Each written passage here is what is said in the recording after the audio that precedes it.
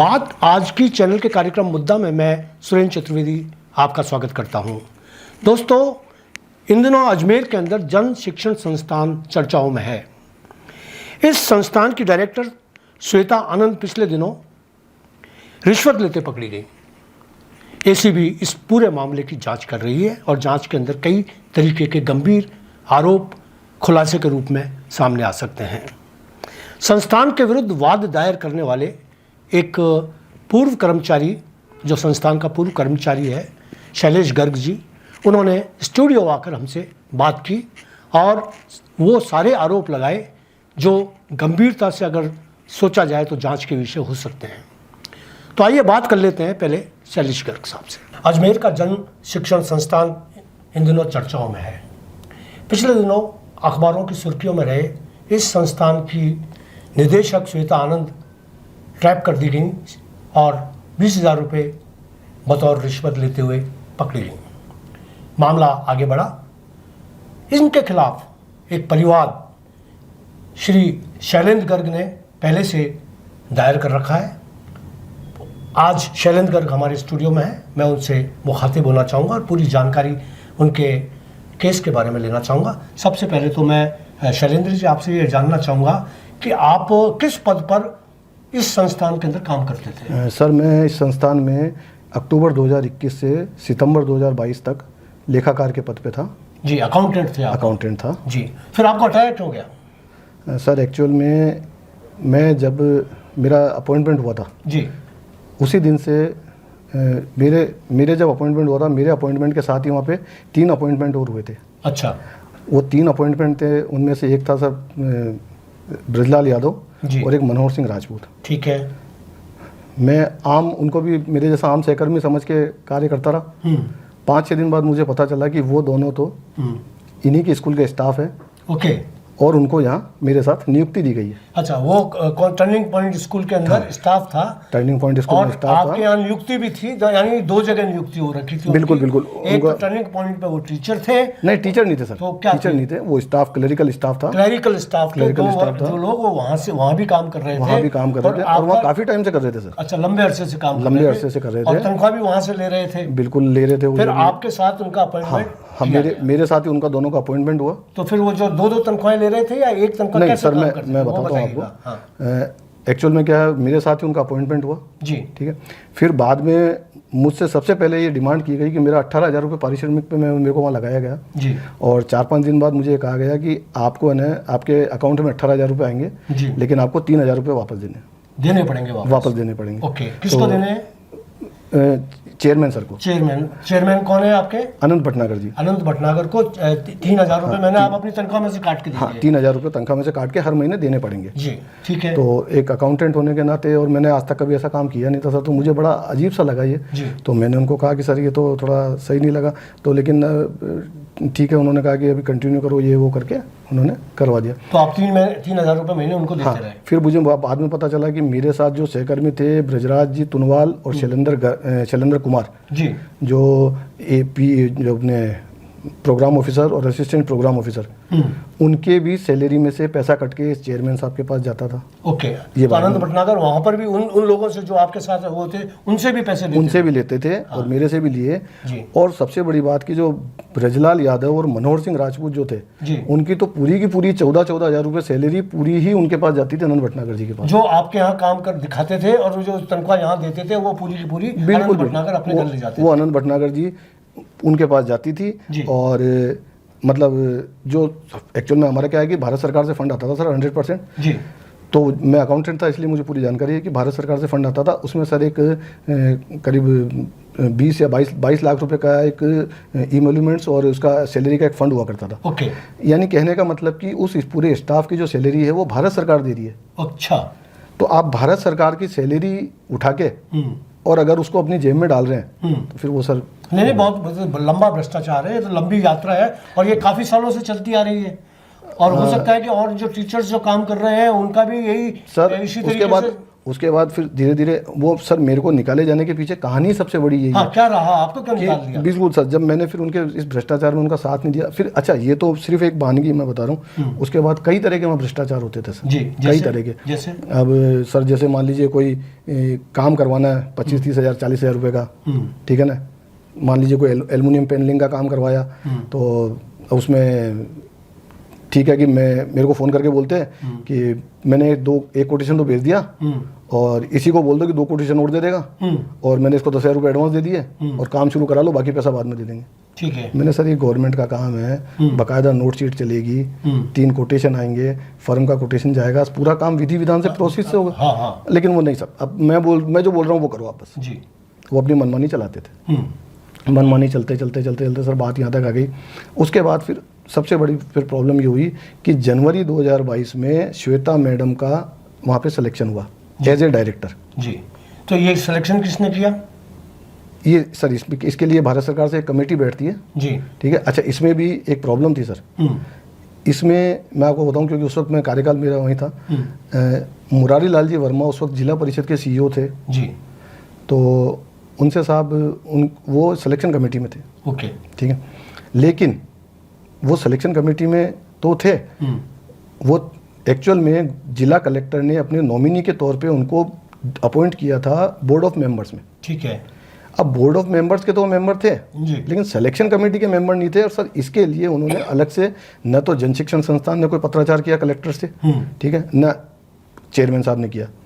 इस बाबत मैंने पिछले साल जून में जिला कलेक्टर भारती दीक्षित मैम के यहाँ एक RTI लगाई, उनसे भी ये बात पूछी कि सब जो मुरारी लाल जी वर्मा ACO जिला परिषद थे वो किस हक से वहाँ चयन समिति में गए थे, और क्या आपने उनको उस वक्त के जो कलेक्टर महोदय थे, तत्कालीन कलेक्टर महोदय, क्या उन्होंने आदेश प्रदान किए थे?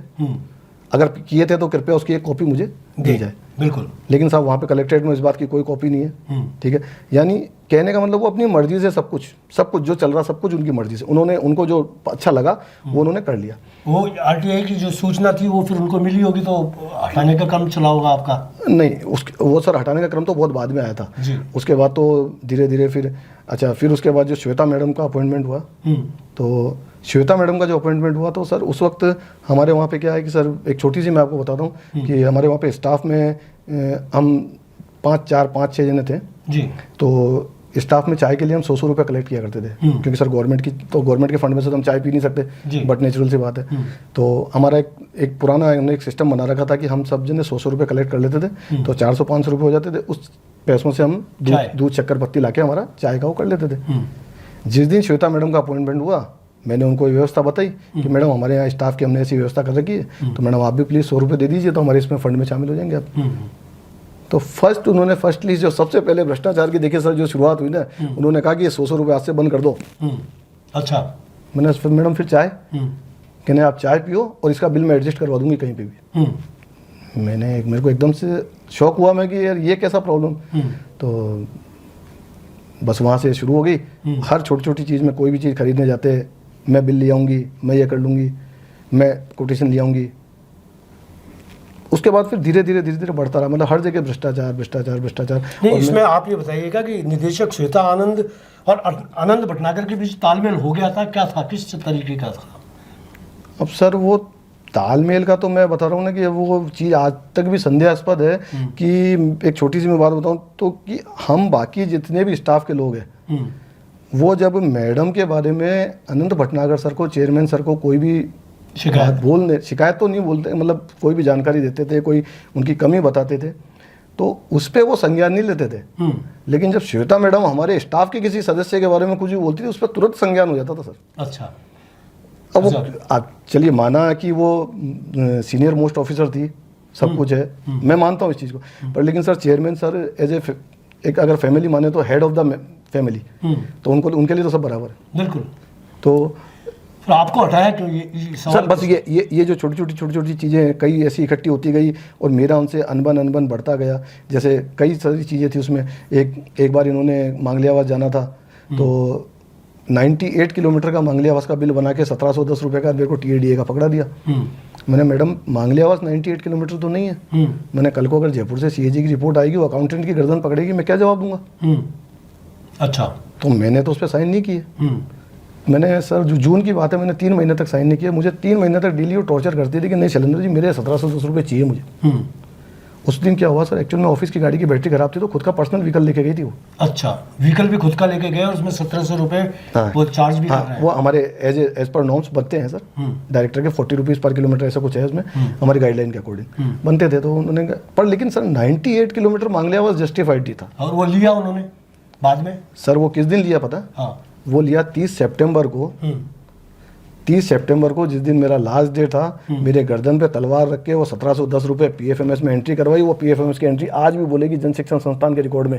30 सितंबर को मेरे हाथ से करीब एंट्री है, 4:30 बजे मुझे वो पकड़ा दिया लेटर कि अब आप घर जाओ, कल से मत आना नौकरी पे।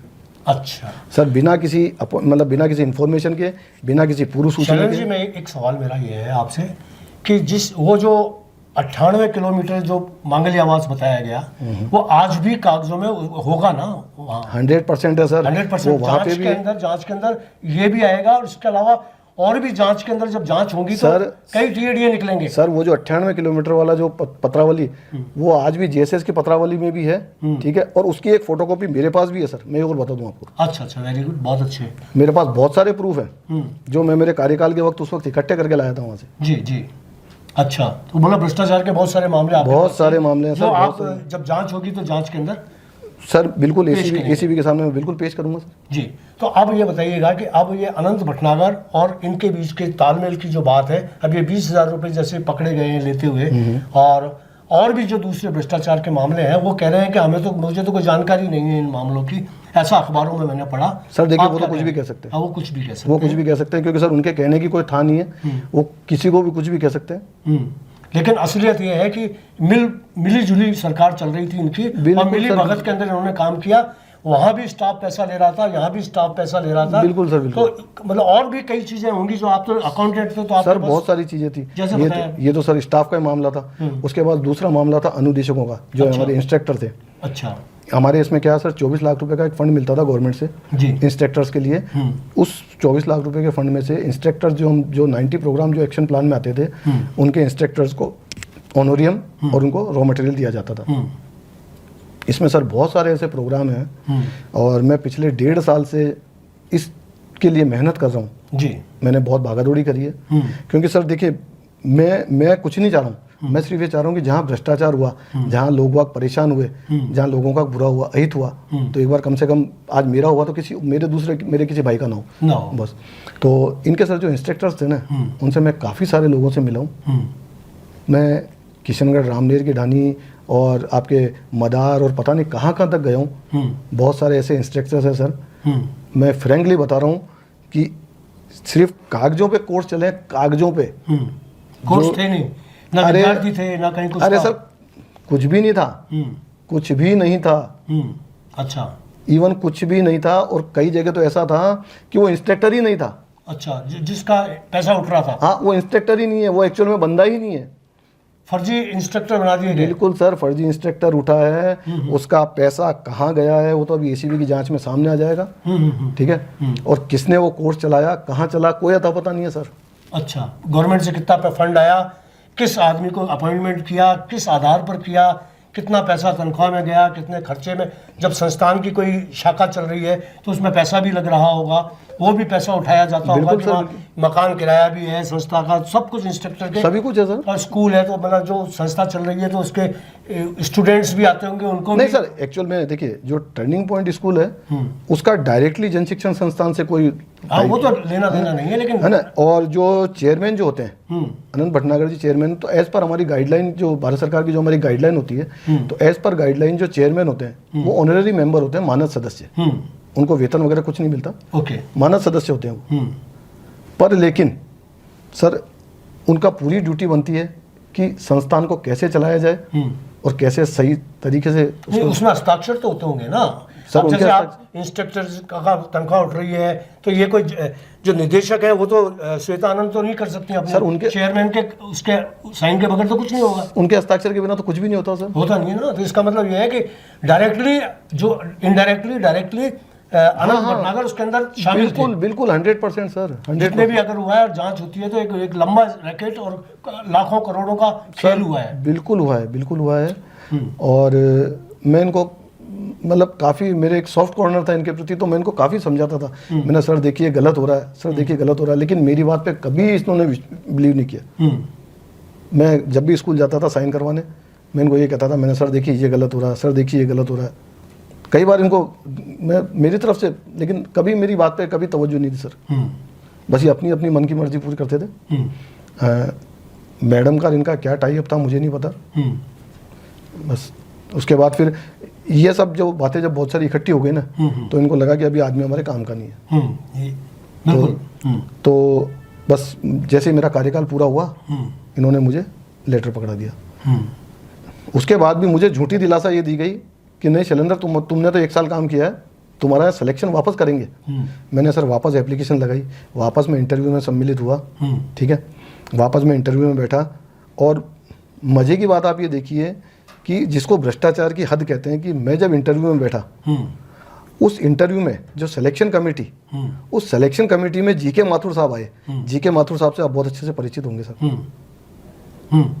गिरिराज माथुर, बिल्कुल, जो माध्यमिक शिक्षा बोर्ड के जो जारवली साहब के जो, और बिल्कुल बिल्कुल मैं समझ गया, गिरिराज माथुर मेरा स्टूडेंट। तो अब साहब मुझे ये बताइए कि मैं जब सामने उनको देखा तो मैं एकदम अवाक रह गया कि पूरा शहर जिनसे चर्चित है, वाकिफ है, अगर वो बैठे हैं किसी इंटरव्यू की सिलेक्शन कमेटी में, तो उसका रिजल्ट क्या होगा सर, वो आप भी समझ सकते हैं। नूरा कुश्ती थी उनको, जो जिसको लेना था लेना था, करना था। आपका पूरे कार्यक्रम अब मतलब आप जो एसीबी को आप शिकायत आपने परिवार किया है, उस परिवार में यही सारे मामले हैं या और भी कुछ है? सर यही सारे मामले हैं, और इसके अलावा एक मामला और था जो मैं जब मेरा कार्यकाल था, उस दौरान इनका एक जयपुर की एक संस्था है कोई A1 करके, स्वयंसेवी संस्था है, उससे इनका कोई MOU टाई अप हुआ था, और उससे काफ़ी अच्छा कोई 1.5-2 करोड़ का वो प्रोजेक्ट था, और इनको काफ़ी अच्छा उससे प्रॉफिट भी था। उस वक्त तक MOU हो चुका था मेरे सामने 30 सितंबर से पहले। फिर उसके बाद मैं बैंक ऑफ बड़ौदा मेरे घर के नज़दीक है, तो वहाँ पे मेरा भी अकाउंट है, तो मेरा आना जाना होता रहता था। तो वहाँ पे जैन साहब मैनेजर थे, उस टाइम की बात कर रहा हूँ मैं, अक्टूबर नवंबर। तो मेरे को जब इन्होंने निकाल दिया, उसके बाद नवंबर के आसपास मुझे जैन साहब के माध्यम से ये जानकारी मिली कि उस जो जन शिक्षण संस्थान का खाता है, उसमें कुछ 50-60 लाख रुपए वहाँ से आए हैं वन इंडिया से। ओके। तो बस मेरी जानकारी यहाँ तक ही सीमित है। अब सर उसका क्या हुआ आगे वो मुझे नहीं पता, लेकिन वो पूरा जो है ना, जो MOU जो वो था वन इंडिया का, वो पूरा की पूरा अगर आप जांच का विषय है, और यहाँ से अगर आप जयपुर तक जांच होगी ना उसकी, तो उसमें वो एक्चुअल में कोई राजस्थान गवर्नमेंट की स्कीम थी, और जयपुर की कोई स्वयंसेवी संस्था के इन्होंने टाई अप किया था। तो एक वो भी एक बहुत बड़ा मैटर है, अगर उस पर जांच गहनता से होता है। तो गहनता से जांच हो तो उसमें भी कई घपले निकल सकते हैं। बिल्कुल सर, बिल्कुल। अब आप ये बताइएगा कि अब आपने बयान दिए हैं, उस पर कोई कार्रवाई हुई? कभी भी आपने कभी कोई जिनकी शिकायत की तो कहीं से कोई कार्रवाई हुई क्या? आपने तो बहुत लंबी कार्रवाइयों के लिए लिखे हैं पत्र वगैरह, ये वो। सर देखिए, डायरेक्टली तो मेरी जानकारी में तो ऐसी कोई कार्रवाई मेरे पास ऐसा कोई लेटर वगैरह आया नहीं। ना कोई जानकारी है आपको कि कोई है? आपको ये जानकारी है कि इनके जो ब्रदर हैं वो एक सीनियर IAS हैं, अनंत भटनागर के सगे बड़े ब्रदर जो हैं वो सीनियर IAS हैं और बहुत प्रभावशाली हैं। पिछले दिनों बड़ी चर्चाओं में भी रहे, वो अखबारों में भी उनका वो अजमेर आए तो बड़ी चर्चाओं में रहे, और लोगों का कहना है कि उनके होने का उनको साया मिलता है, उनको आशीर्वाद मिलता है, उनके तंत्र से इनको लाभ भी मिलता है। तो आप क्या कहेंगे? सर इस बारे में मतलब मेरी जानकारी सिर्फ सतही है। मतलब मैं उनके जो ब्रदर हैं उनको न तो पर्सनली जानता हूँ, और नाम जरूर सुना है, और कुछ वो अभी बीच में उनका कुछ आया भी था, फेसबुक पे मैंने पढ़ा था जी। तो बस इससे ज़्यादा मुझे जानकारी नहीं है। अब वो किस पद पे हैं और दिल्ली कहाँ है सर, ये मुझे चलिए ये कोई हमारा विषय भी नहीं है। मैंने तो जस्ट आपकी जानकारी नहीं बिल्कुल बता दिया, विषय नहीं है हमारा। आपने जो जानकारी दी उसके लिए बहुत बहुत शुक्रिया, और भी कभी कोई जानकारी हो तो बताइए। धन्यवाद। आरोप एक तरफा ना हो जाए, इसलिए हमने संस्थान के अध्यक्ष अनंत भटनागर साहब से भी बात करना उचित समझा और उनका पक्ष भी जाना। उन्हें जो भी कुछ बयान शैलेश गर्ग ने उनके विरुद्ध दिया था, संस्थान के विरुद्ध दिया था, उन्हें पढ़ा दिया गया और बता दिया गया, दिखा दिया गया, और उसके बाद उनका पक्ष जाना गया। उन्होंने जो पक्ष रखा वह भी ईमानदारी से हम जो का त्यों रखना चाहते हैं। देखिए क्या कह रहे हैं अनंत भटनागर। सर हाँ, एक एसीबी में प्रकरण गया है जन शिक्षण संस्थान के अंतर्गत, जिसमें आपके नाम से मामला पंजीकृत हुआ है, क्या कहेंगे इस पूरे मामले में? नहीं, मेरे नाम से कोई मामला पंजीकृत नहीं हुआ है। एसीबी में जो एक घटना घटी है कि वो डायरेक्टर को उन्होंने पकड़ा है, सिर्फ ये मामला है। बाकी मेरे खिलाफ कोई मामला दर्ज नहीं मिल जाता। सर इस प्रकरण में शैलेंद्र गर्ग जो आपके पूर्व कर्मचारी रह चुके हैं जन शिक्षण संस्थान के, उनका ये भी कहना है कि निदेशक आपके इशारे पे काम करते थे। कोई भी किसी के इशारे पे काम नहीं करता है। गाइडलाइंस, नियम, कानून और प्रक्रिया है, तो सारे काम प्रक्रिया अनुसार होते हैं। जहां चेयरमैन की सलाह की आवश्यकता होती है, वह लिखित में सलाह ली जाती है। और बाकी चेयरमैन का जो ओहदा है वो एक ऑनरेरी ओहदा है, अनपेड ओहदा है। डायरेक्टर जो है वो सारे काम के लिए अधिकृत है, और जो बड़े निर्णय हैं वो बोर्ड ऑफ मैनेजमेंट लेता है, और बोर्ड ऑफ मैनेजमेंट के निर्णयों को लागू करवाना चेयरमैन का काम है। इसके अतिरिक्त चेयरमैन का कोई रोल इस पूरी व्यवस्था में नहीं है। सर एक इसमें यह मामला भी निकल के आया है कि जो डोनेशन लिया जाता है, डोनेशन का मिसयूज किया जा रहा है। मिसयूज कैसे किया जा रहा है, कहाँ किया जा रहा है, अगर इसका किसी को कोई प्रमाण हो तो वो जरूर दे। शैलेंद्र गर्ग के द्वारा ये कहना है कि जो डोनेशन दिया जा रहा था उसका सीधा सीधा फायदा आपको मिल रहा था। वो शैलेंद्र गर्ग को सिद्ध करना पड़ेगा। आरोप लगाना बहुत आसान होता है किसी पे भी, और किसी के लिए भी कुछ कहा जा सकता है। शैलेंद्र गर्ग का जो यहाँ तक संबंध है, ये व्यक्ति को हमने 1 वर्ष के अनुबंध पे रखा था, और अनुबंध समाप्त होने के बाद इसका स्वतः सब हटना था। ये चाहता था कि इसका अनुबंध आगे बढ़ा दिया जाए, जबकि जो प्रक्रिया है उसके अनुसार अनुबंध पूर्ण होने के बाद वापस से इंटरव्यू निकलेगा, और इंटरव्यू में अपीयर होकर जो सेलेक्ट होगा वो आएगा। इसने वापस इंटरव्यू दिया, और 15-20 दिन बाद इंटरव्यू हुए। इंटरव्यू बोर्ड ने इसका सिलेक्शन नहीं किया, जो दूसरा व्यक्ति है उसको सेलेक्ट किया। तो तब से दुर्भावना रखता है, और इसने तब भी बड़ा मेरे पे दबाव डालने का कोशिश किया कि किसी भी तरह से पहले जो इंटरव्यू बोर्ड में उसको रेंट के इसको वापस से दे दिया जाए। वो संभव नहीं था, एक प्रक्रिया के तहत इसकी नौकरी समाप्त हुई है। तो इस नाते ये अलग अलग जगह, अलग अलग मंचों पे कहीं ना कहीं शिकायतें भेजता रहा है, जो भी एक आध पत्र कभी आए भी हैं, तो उसके जवाब संस्था द्वारा दिए जाते रहे। सर कर्मचारियों की सैलरी में से डोनेशन की रसीद काटना, क्या इसके पीछे उद्देश्य क्या रहता है? नहीं, ऐसा कोई कोई निश्चित प्रक्रिया नहीं है। कोई डोनेशन देना चाहता है तो कटवा सकता है। लेकिन कहा जा रहा है कि सर जबरदस्ती यानी पाबंदी लगाई जाती है कि आपको डोनेशन देना ही है। किसी को डोनेशन कौन ले सकता है? कोई तरीका नहीं हो सकता किसी से कोई डोनेशन जबरदस्ती ले। अच्छा, एक दूसरा सर ये भी आरोप लगा था कि आपके शायद बड़े भ्राता हैं जो शायद बड़े पद पर है, उन्हीं के पद का दुरुपयोग करते हुए आप इस तरह का मामला कर रहे हैं। इस तरह उनके बड़ा हास्यास्पद सी बात है कि कोई कुछ भी कह सकता है किसी के बारे में। ऐसे बड़े लोग और बड़े पद के लोग तो अजमेर में अधिकांश मुझे यहाँ भी परिचित है। तो ऐसे कोई जब नियम, कानून, प्रक्रिया, प्रावधान उसी के तहत काम होगा ना। अब ये आरोप लगाना तो मिथ्या सा आरोप है, अब इसका मैं तो कोई जवाब देना भी उचित नहीं समझता। चलिए सर, पूरे प्रकरण को लेके आप क्या कहना चाहेंगे सर, जो अभी पूरा मामला चल रहा है? पूरे प्रकरण को लेके जो जहाँ तक पुलिस का मामला है उसमें पुलिस जांच करेगी। जहाँ तक विभाग का मामला है विभागीय जांच भी हो रही है इस पूरे प्रकरण की। तो जो भी जांच होगी, दूध का दूध, पानी का पानी होगा। न्याय में हमें विश्वास है, न्याय प्रक्रिया अपने आप से सही समाधान करेगी। ठीक है सर।